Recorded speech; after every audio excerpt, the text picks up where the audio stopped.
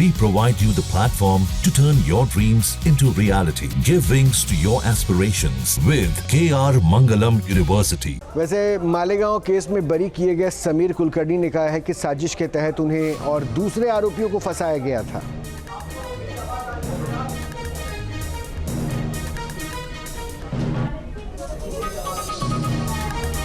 इस मुकदमे में 14 आरोपियों को पकड़ा गया था। सभी के सभी आरोपियों को झूठे नाम से और अलग जो जुरिडिक्शन नहीं था मुंबई एटीएस का, वहां से पकड़ के लेके आए थे। इलीगल डिटेंशन था और टॉर्चर भी किया था, विटनेस को किया था। ओरिजिनल एफआईआर गायब है।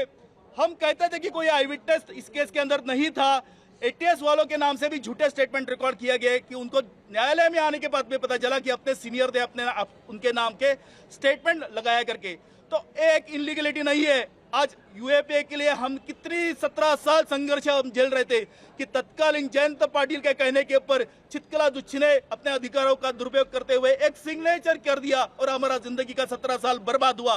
तो आज इस मुकदमे के लिए जो भी निर्णय आया है तो उसका पूरा का पूरा जिम्मेदार तत्कालीन कांग्रेस का नेतृत्व, शरद पवार, दिग्विजय सिंह, सुशील कुमार शिंदे, शिवराज पाटिल, शकील अहमद पटेल, सोनिया गांधी, राहुल गांधी, यह लोग हैं। इस मुकदमे को जिन्होंने लीड किया वो लोग साक्ष्य देने के लिए स्पेशल एनआई कोर्ट में नहीं आए। वही प्रज्ञा ठाकुर के बरी होने पर बहन उपमा सिंह का भी बयान सामने आया है। प्रज्ञा को राजनीतिक षड्यंत्र का शिकार बनाया गया। उपमा सिंह ठाकुर ने कहा है भगवा और सत्य की जीत हुई है। न्यायालय को धन्यवाद देना चाहती हूँ। इसके बाद में समस्त सनातनियों को जो पूरे विश्व में कहीं भी बैठे हैं उन सभी को धन्यवाद देना चाहती हूँ और उनको बधाई भी देना चाहती हूँ। भगवा की जीत हुई है, राष्ट्र की, धर्म की, संस्कृति की जीत हुई है, भारतवर्ष की जीत हुई है और प्रत्यक्ष अप्रत्यक्ष रूप से उन लोगों की जीत हुई है जिनका ये विश्वास था कि सत्य की जीत होगी। न्याय प्रक्रिया थोड़ी सी धीमी तो है और बहुत लंबा समय लगा। 10 वर्षों का समय कहते हैं किसी के जीवन का दशक खराब हो गया, लेकिन ये 17 वर्ष थे और 17 वर्षों में जो हानि हुई है उसकी भरपाई कोई नहीं कर सकता। आरोप लगा था कोई धर्म के आधार पे आतंकवाद नहीं होता है।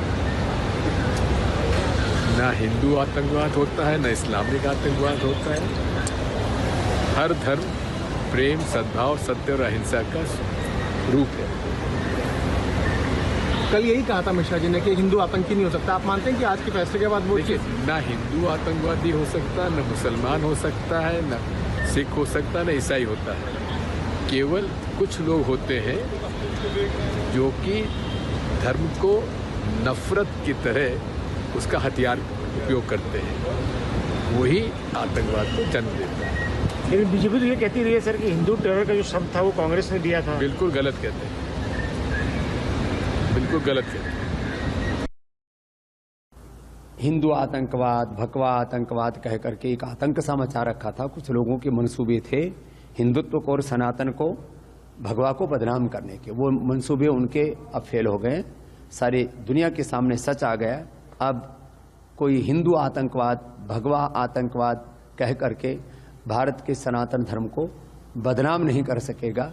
शुक्रिया कोर्ट को। जहां भक्ति है हर शब्द में, कथाओं में छिपे हैं दिव्य रहस्य और ज्योतिष देता है जीवन को दिशा। धर्म से जुड़ी हर बातों को जानने के लिए हमारे चैनल स्तुति को सब्सक्राइब करें।